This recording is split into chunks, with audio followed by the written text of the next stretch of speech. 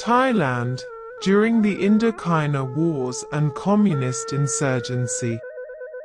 The regimes of Sarit and Thanom were strongly supported by the US. Thailand had formally become a US ally in 1954 with the formation of the SEATO, while the war in Indochina was being fought between the Vietnamese and the French. Thailand, disliking both equally, stayed aloof. But once it became a war between the US and the Vietnamese communists, Thailand committed itself strongly to the US side, concluding a secret agreement with the US in 1961, sending troops to Vietnam and Laos, and allowing the US to use airbases in the east of the country to conduct its bombing war against North Vietnam. The Vietnamese retaliated by supporting the Communist Party of Thailand's insurgency in the north, northeast, and sometimes in the south, where guerrillas cooperated with local discontented Muslims.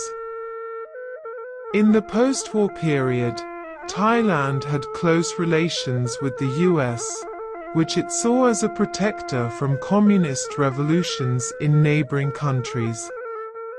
The 7th and 13th U.S. Air Forces were headquartered at Udon Royal Thai Air Force Base.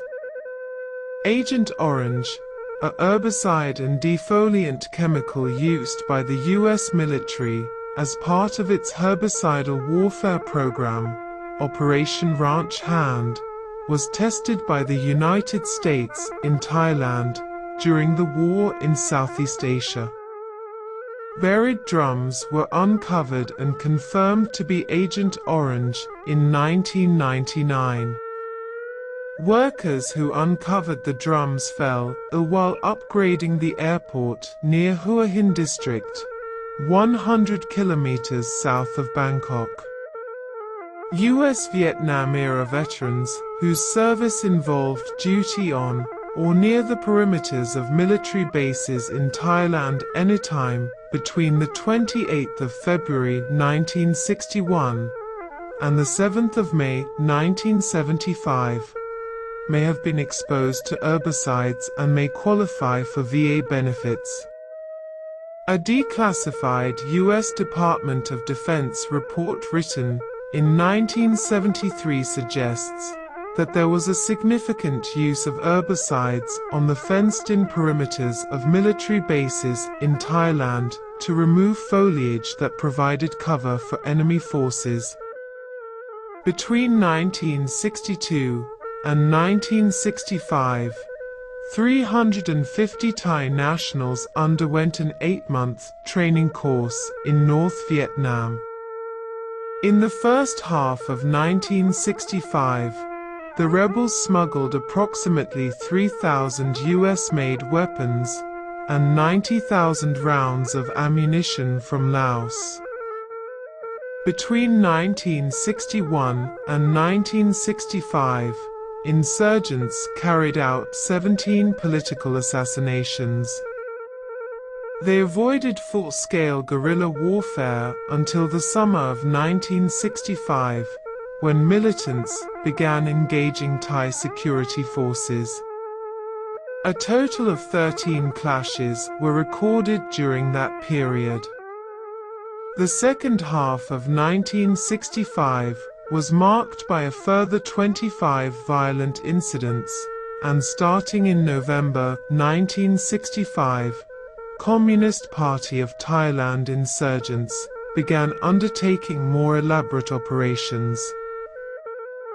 The insurgency spread to other parts of Thailand in 1966, although 90% of insurgency-related incidents occurred in the northeast of the country. On the 14th of January 1966, a spokesman representing the Thai Patriotic Front called for the start of a people's war in Thailand. The statement marked an escalation of violence in the conflict. The insurgency had come to an end only by 1983. The Vietnam War hastened the modernization and westernization of Thai society. The American presence and the exposure to Western culture that came with it had an effect on almost every aspect of Thai life. Before the late 1960s, full access to Western culture was limited to a highly educated elite in society. But the Vietnam War brought the outside world face to face with large segments of the Thai society as never before. With US dollars pumping up the economy, the service, transportation, and construction industries grew phenomenally, as did drug abuse and prostitution, which using Thailand as a rest and recreation facility by US forces.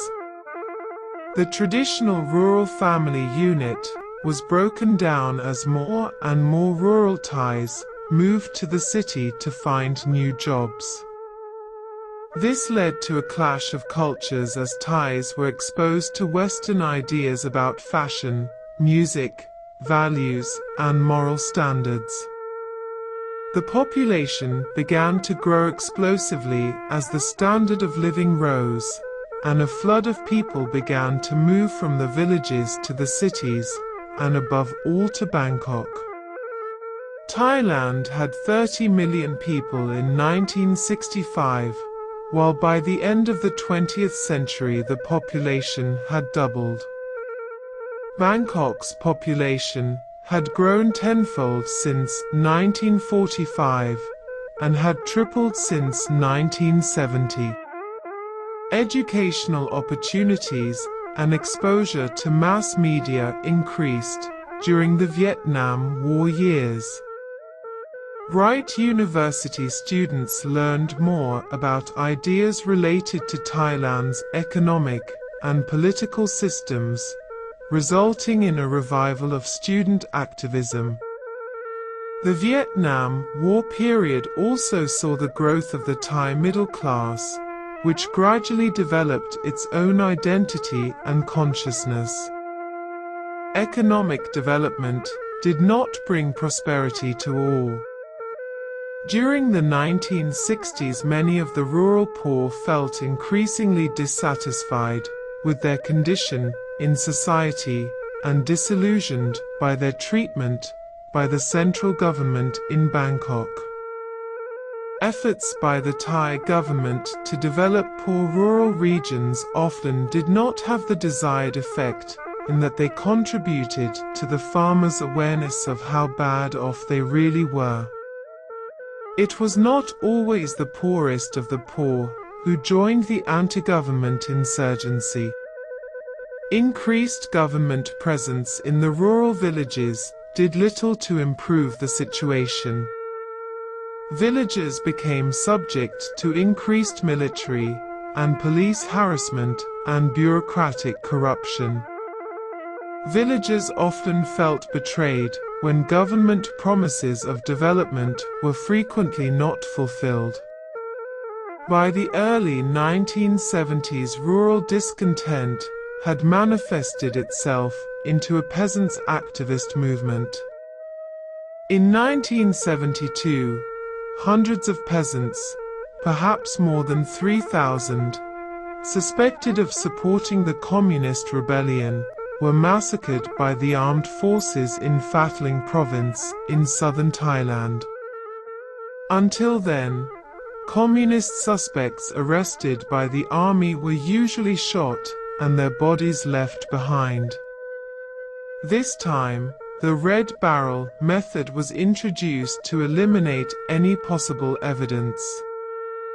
Suspects were beaten into semi-consciousness before being thrown into barrels containing gasoline and burned alive.